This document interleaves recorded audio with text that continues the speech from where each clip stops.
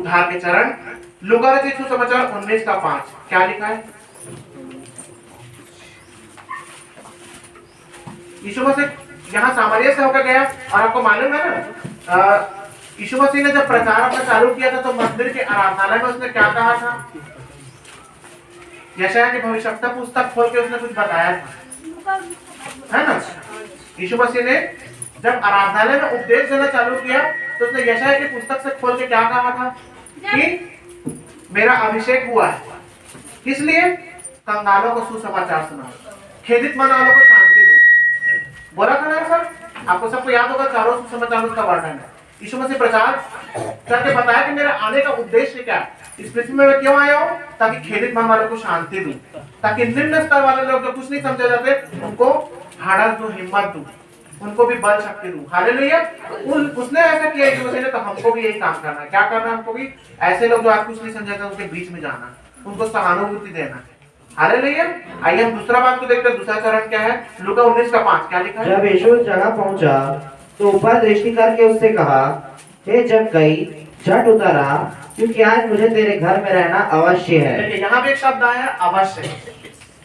क्या अवश्य है? मुझे तेरे घर में आना। हालेलुया। किसके घर में आना? जक्कई के घर में आना। किसका आना? यीशु मसीह का आना। आपको मालूम है, उसको पूरा पैराग्राफ नहीं पढ़ा रहा हूँ, आपको जक्कई के बारे में बहुत बार प्रचार भी हो चुका है और जक्कई का डिटेल भी मालूम है। जक्कई कौन व्यक्ति था? एक धनी मनुष्य था। जक्कई कौन था? एक चुंगी लेने वाला व्यक्ति था। उसके पास कोई चीज की घटी कमी नहीं थी। हालेलुया। उसके घर में सब धन संपत्ति सब अच्छा से था। वो एक टैक्स कलेक्टर था, लेकिन उसके जीवन में एक चीज की घटी थी कि वो दूसरों के नजर में पापी था। अपने नजर में तो वो धर्मी था और अपना कमाता भी था, बहुत धनी था, लेकिन लोग उसको पसंद नहीं करते थे दिल से। वो क्या था? चुंगी लेने वाला था और लोगों के नजर में वो पापी था। वो एक पापी मनुष्य था लोगों के नजर में। अब यहाँ पर यीशु मसीह उसको जब देखता है, वो तो गुलर के पेड़ में ऊपर चढ़ के उसको देखता है।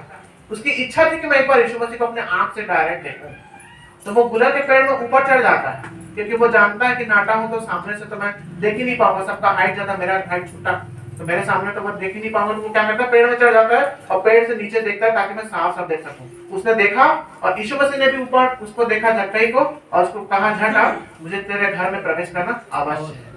यदि मुझे ये बताइए, ठीक है, उसके देखने की लालसा थी, उसने यीशु मसीह को देखा, है ना? उसने ऊपर से नीचे यीशु मसीह को देखा, यीशु मसीह ने नीचे से ऊपर उसको देखा, दोनों एक दूसरे को देख ली।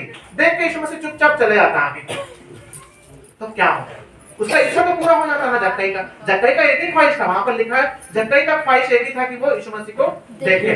वो देख लिया, ऊपर देखा, मतलब उसने नीचे देखा जक्कई ने, तो यीशु मसीह दिख गया और यीशु मसीह ने उसको देख के तो सोने में सुहागा, और अच्छी बात है। लेकिन उसके बाद यीशु मसीह यदि आगे बढ़ जाता देख के, तो क्या होता? आपने दूसरे क्वेश्चन, जक्कई का उद्धार नहीं होता। तो उद्धार के लिए क्या जरूरी था? यीशु मसीह का उसके घर में आना। हमारे लिए आज जीवन में जीने के लिए, आत्मिक जीवन में सीख क्या है? यीशु मसीह का हमारे दिल में आना जरूरी है। हालेलुया। आप यीशु मसीह को देख रहे हैं, वो काफी नहीं।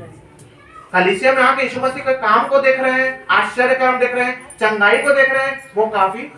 क्या आपके जीवन के अंदर यीशु मसीह आया कि नहीं आया? क्वेश्चन है। ये दूसरा स्टेप, मेरे घर में यीशु मसीह आया कि नहीं, मेरे परिवार में, मेरे चाल चलन में यीशु मसीह आया कि नहीं, मेरे बोल चाल में यीशु मसीह आया कि नहीं, मेरे आंखों के देखने में यीशु मसीह का दृष्टि आया कि नहीं? ये हमको क्वेश्चन है हमारे लिए। जक्कई के घर में यीशु मसीह आया, उसका परिणाम ये निकला, यीशु मसीह के सामने जक्कई ने अपने सारे पाप को मान लिया। हालेलुया। उसका ट्यूबलाइट जल गया, उसके अंदर का जो बत्ती बुझा हुआ था वो खुल गया, वो जान गया कि मैं कहां कहां पर गलत हूं। आप लोग के जीवन में जब यीशु मसीह आएगा ना, आपके अंदर की गलती आपको पता चल जाएगा। सिर्फ आश्चर्य कर्म देखने से, चंगाई देखने से, चर्च आ जाने से, है ना, दाखमस और रोटी खा लेने से उद्धार नहीं। उद्धार कब है? जब आपके जीवन में यीशु मसीह आएगा। तो आज आपको सोचना है, मेरे जीवन में यीशु मसीह है कि नहीं? जिसके अंदर जो रहता है ना, वो वैसे ही बन जाता है। मेरे अंदर शाहरुख खान का स्पिरिट आएगा तो शाहरुख खान टाइप का करूंगा मैं, पास्टर साहब जैसे करता हूं। हालेलुया।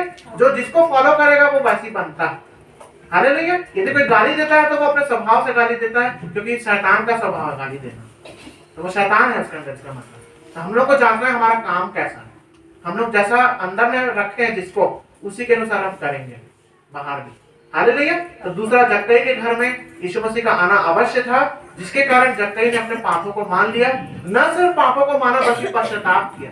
उसने मुंह से बोला, आगे लिखा है, जितना मैं सबका लिया हूं सबका फेर दूंगा, दुगना चौगुना वापस कर दूंगा। और उसका परिणाम क्या निकला? आखिरी में यीशु मसीह उससे कहता है, पहले तो वो अपनी सारी बातों को कहता है जक्कई, तब तक यीशु मसीह शांत रहता है। जब अपनी सारी बातों को जक्कई कर लेता तब यीशु मसीह अपने मुख से बोलना चालू करता है, आज इस घर में उद्धार आया, क्योंकि ये भी अब्राहम का पुत्र है। हम लोग भी अब अब्राहम के पुत्र हैं। ये मत सोचिए जीन्स के अनुसार हम लोग इजरायली नहीं है तो अब्राहम के पुत्र नहीं है। यीशु मसीह की मृत्यु के बाद जो कोई यीशु मसीह पर विश्वास करता है वो अब्राहम का पुत्र ही गिना जाता है। हालेलुया। पुराने नियम में खतना था, आज हम लोग के जीवन में क्या है? नए नियम, मन का खतना। हम लोग को मन को बदलना है, मन की खलड़ी को निकालना जो गंदगी है। हालेलुया। तो कहने का मतलब दूसरे जो चरण है वो है हमारे जीवन में यीशु मसीह का आना। हालेलुया। वो जरूरी है, आवश्यक है। यदि किसी के जीवन में यीशु मसीह नहीं है, यीशु मसीह की बातें नहीं है, तो वो उद्धार के चरण नहीं है, वो धोखे में है कि मैं उद्धार पाने जा रहा हूँ, स्वर्ग में प्रवेश करने वाला। हो ही नहीं सकता कि कोई छत में जाए और एक पांव से उछाल के ऊपर चले जाए। ये जरूरी है कि इसको एक एक सीढ़ी चढ़ना पड़ेगा। तो पहला सीढ़ी मैंने बताया, संसार में से होकर जाना आवश्यक, हम अलग थलग नहीं हो सकते। आज बहुत सारे ईसाई परिवार ऐसे हैं जो इनको सिर्फ साल में एक दिन अपना दिखाने का मौका मिलता है, वो है क्रिसमस। स्टार लगा रहेगा घर के ऊपर बड़ा है ना, वहां से बड़े बड़े तेज ध्वनि में गाना सुनाई देते रहेगा, क्रिश्चियन सॉन्ग। और बाकी साल भर पता नहीं रहता ना वहां पर कोई मसीह व्यक्ति रहता है, क्योंकि उनके जीवन में कुछ भी नहीं है ठंडकता। मसीह ने अपने वचन में भी कहा है प्रकाशित वाक्य में, न तो तुम ठंडे हो न तो तुम गर्म हो, तुम क्या हो? गुनगुने। हालेलुया। तो परमेश्वर ऐसे गुनगुने लोग को नहीं चाहता। परमेश्वर चाहता है या तो आप पूरा गर्म रहे मसीह में, या तो ठंडे पड़ के बैकस्लाइड हो जाए, बीच का जीवन ना जिए कि मसीह को जानते हैं लेकिन अंगीकार नहीं करते, मुंह से शांत बैठे रहते हैं। तो परमेश्वर से नहीं चाहते। तो पहला चरण हमने देखा, अवश्य है कि हम लोग संसार से होकर जाएं, संसार के लोगों के बीच में जाएं, प्रभु की बातों को लेकर उनको ढाढ़स देने के लिए। दूसरा हमने देखा, अवश्य है यीशु को अपने जीवन में आमंत्रित कर देंगे। यदि आपके जीवन में नहीं है यीशु मसीह अभी तक, तो आप लोग प्रार्थना करना चालू कीजिए, पुकारिए, हे यीशु मेरे दिल में आ। आप लोग गाना गाते हैं ना हम लोग, यीशु आ घर दिल में तू बसना, दिल मेरा सुना तेरे बिना। हम लोग का घर सुना रहेगा, ये मंदिर रहेगा ही नहीं। मंदिर में जब तक मूर्ति नहीं रहता तब तक उस मंदिर का कोई महत्व है क्या? बताइए। मंदिर के अंदर जब मूर्ति आ जाती है, संसार में की बात कर रहा हूँ, तो उसका फिर प्रतिष्ठा होता है, प्राण प्रतिष्ठा। और उसके बाद उस मंदिर के सामने सब लोग क्या करते हैं? दंडवत करते हैं, जो वहां से गुजरता है। हमारे अंदर भी जब परमेश्वर वास करेगा तो हमारे भी परमेश्वर प्रतिष्ठा करेगा संसार में। हालेलुया। आइए हम तीसरे चरण को देखते हैं, क्या है तीसरा चरण, हमको क्या करना पड़ेगा। आप लोग निकालिएगा वचन, यूहन्ना रचित सुसमाचार 3 अध्याय उसका 7वां वचन। यूहन्ना रचित सुसमाचार 3 अध्याय 7वां वचन। अचंभा न कर कि मैंने तुझसे कहा, तुझे नए सिरे से जन्म लेना अवश्य है। बस यहाँ पर देखिए फिर से एक शब्द आया, अवश्य है। हालेलुया। फिर से वही शब्द को हम रिपीट देख रहे हैं। इसलिए मैंने बताया ना, जहां जहां पर यीशु मसीह ने अवश्य लिखा है वो आप लोग के जीवन में होना अवश्य है। यदि वो आप लोग के जीवन में नहीं हो रहा है, इसका मतलब आप उद्धार के चरण में नहीं है। आप लोग के स्वर्ग जाने का रास्ता अभी भी डामाडोल है, कंफर्म नहीं हुआ है आप लोगों के। तो यहाँ पर यीशु मसीह किसको बात करके कह रहा है? निकोदेमुस को कह रहा है ना। रात में आया था निकोदेमुस, और निकोदेमुस कौन था? आप लोग उसको डिटेल में पैराग्राफ पढ़ेंगे तो आपको समझ में आ जाएगा। पहली बात तो वो एक यहूदी था। हालेलुया। निकोदेमुस कौन था? यहूदी था। दूसरी बात वो एक फरीसी था। यहूदियों में भी बहुत सारा ग्रुप था, अभिषेक ने प्रचार में आपको बताया है, शास्त्री, फरीसी, सदूकी, है ना। तो उसमें से वो कौन सा कैटेगरी का था? फरीसी था। फरीसी लोग व्यवस्था को बहुत कट्टरता से मानते हैं, दशमांश देने में और उपवास करने में बहुत आगे रहते हैं, शुरू से ही, आज भी। हालेलुया। तो वो एक फरीसी था, यहूदी भी था और फरीसी भी था। कौन? निकोदेमुस। और व्यवस्था को बहुत अच्छे से जानकार व्यक्ति था। हालेलुया। और दशमांश देता था बाकायदा और उपवास भी करता था। कट्टरपंथी था वो, व्यवस्था का मानने वाला धर्म गुरु था वो। बहुत से लोगों को टीचिंग देता था वो, व्यवस्था की बातों का, पुराना नियम का, धर्म गुरु भी लिखा है वहां पर। लेकिन उसके जीवन में एक चीज की कमी थी, वो है नया जन्म नहीं पाया था। हालेलुया।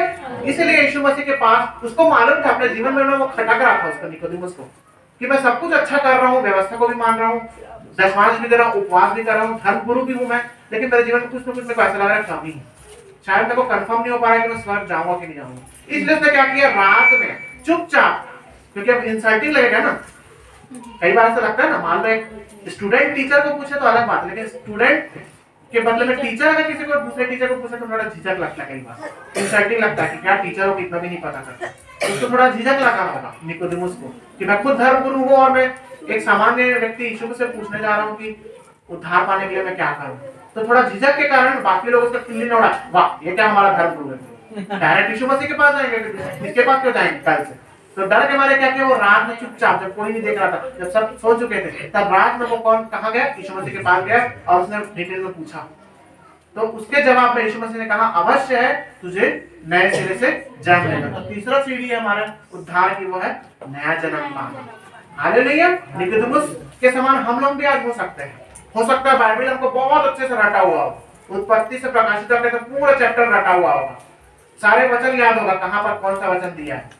हो सकता है बाइबल का बहुत अच्छा ज्ञान हो सकता है हम बराबर हफ्ते में 1 दिन 2 दिन उपवास भी करते होंगे, हो सकता है बहुत अच्छा प्रार्थना भी करते होंगे, हो सकता है बहुत अच्छा दान भी देते होंगे, दशमांश बढ़ चढ़ के देते होंगे, लेकिन यीशु मसीह यहाँ साफ कह रहा है इतना काफी नहीं है, मन फिराना जरूरी है, हर बातों से मन फिराना जरूरी है। यहाँ पर उसके जीवन में क्या चीज का कमी था, मन नहीं फिराया था, यानी कि नया जन्म नहीं पाया था।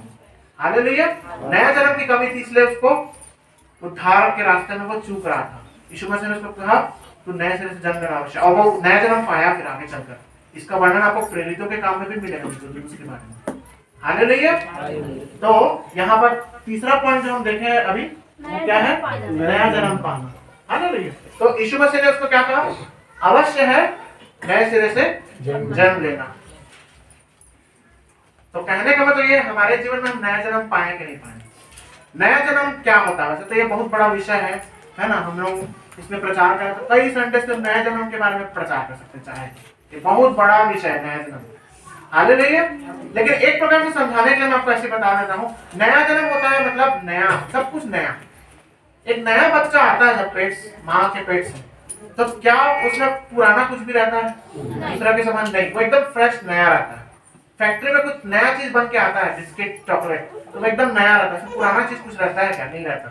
वैसे हम लोग जब नया जन्म पाते हैं, हमारा जब सब कुछ बदल जाता है, तो उसमें कुछ पुराना चीज नहीं रहना चाहिए। यदि पुराना कुछ चीज पकड़ के रखे इसका मतलब अभी तक हमारा नया जन्म नहीं हुआ है। सब कुछ नया होना चाहिए। पहले गाली देते थे, अब भी थोड़ा बहुत कभी कभार गाली दे देते हैं, गुस्सा ज्यादा आता है, तो वो नया जन्म नहीं हुआ।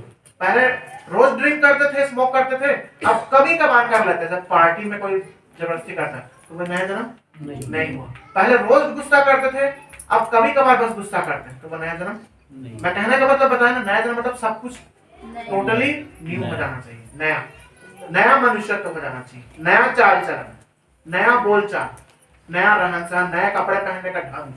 पहले अंग उघाड़ू पहनते थे, अब अच्छा ढका हुआ पहनते, ये है नया जन्म। हालेलुया। पहले इधर नाक का कान का लड़के लोग गोदना गुदवाते थे, बाली पहनते थे, अब सब कुछ उतार के हटा दिए, ये है नया जन्म। पहले बाल स्टाइलिश का कटवाते थे, इधर से एकदम छोटा छोटा, ऊपर से एकदम बड़ा बड़ा, अब नहीं कटाते ऐसा, अब जैसा पास्टर और माता पिता कहते हैं वैसा कटाते, ये है नया जन्म। सब कुछ बदलना चाहिए, हेयर स्टाइल, कपड़े पहनने का तरीका। पास्टर साहब कितने बार बोले मोजा के लिए, मैं पहले नहीं पहनता था, मुझे भी शर्म लगने लगा, तो मैं पिछले कुछ महीने से मोजा पहनना चालू किया। अच्छा बात नहीं, यीशु मसीह के भवन में आने के लिए हम अपने अंगों को दिखाएं।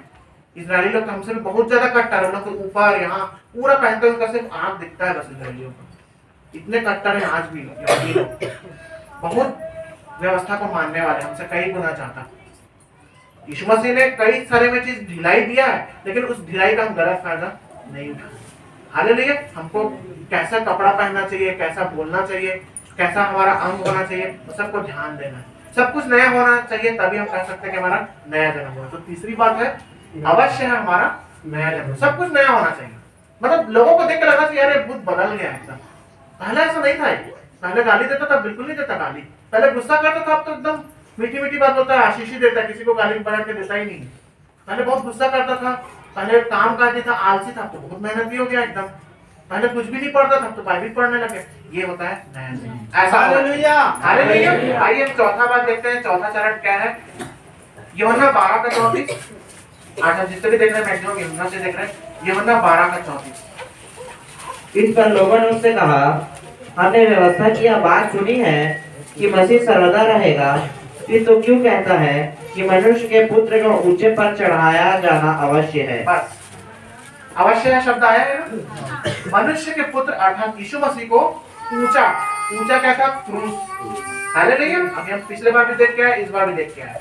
पूरे इजराइल का सबसे ऊंचा स्थान में यीशु मसीह को चढ़ाया गया है। सबसे ऊंचा पहाड़ का चोटी, उस चोटी से पूरा इजराइल का यरूशलेम दिखता है पूरा, इतना हाइट में। और रोमी शासकों का एक नियम था कि जिसको भी क्रूस पे चढ़ाते थे वो शहर के बाहर और शहर में सबसे ऊंचे में चढ़ाते थे, ताकि उसको पूरी प्रजा के लोग देखें और डरें रोमी साम्राज्य से। क्योंकि जितना हाइट रहेगा उतने लोग को देखने की विजिबिलिटी मिलेगी, तो लोग देख के डरे, बाप रे रोमी कितने खतरनाक होते हैं, देखो उनको ऊपर टांग दिए क्रूस पे। इसलिए डराने के लिए रोमी लोग सबसे ऊंचे पहाड़ पे जिसको मृत्यु दंड देते थे उसको क्रूस पे चढ़ाते थे। तो यीशु मसीह को अवश्य था कि वो क्रूस पे चढ़ाया जाए। हालेलुया। अब सवाल ये उठता है क्यों अवश्य था? वहां पर तो यीशु मसीह कह रहा है अवश्य है कि मनुष्य का पुत्र ऊंचे पर चढ़ाया जाए। तो क्यों जरूरी था? वो तो परमेश्वर था। क्या उसका परमेश्वरत्व ईश्वरत्व कम था? क्या वो महिमा में नहीं था? क्या उसका वहां शक्ति कम हो रहा था क्या स्वर्ग में? तो क्यों जरूरी था वो स्वर्ग से पृथ्वी में आके अपने आप को छोटा बना के क्रूस पे चढ़ गया? क्यों जरूरी था? हालेलुया। आपको मालूम होगा इसका उत्तर क्यों जरूरी था। हालेलुया। हाँ, उसका उत्तर वहीं पर दिया, मैं बताया ना। बाइबल ही क्वेश्चन है और बाइबल ही आंसर, याद रखिएगा।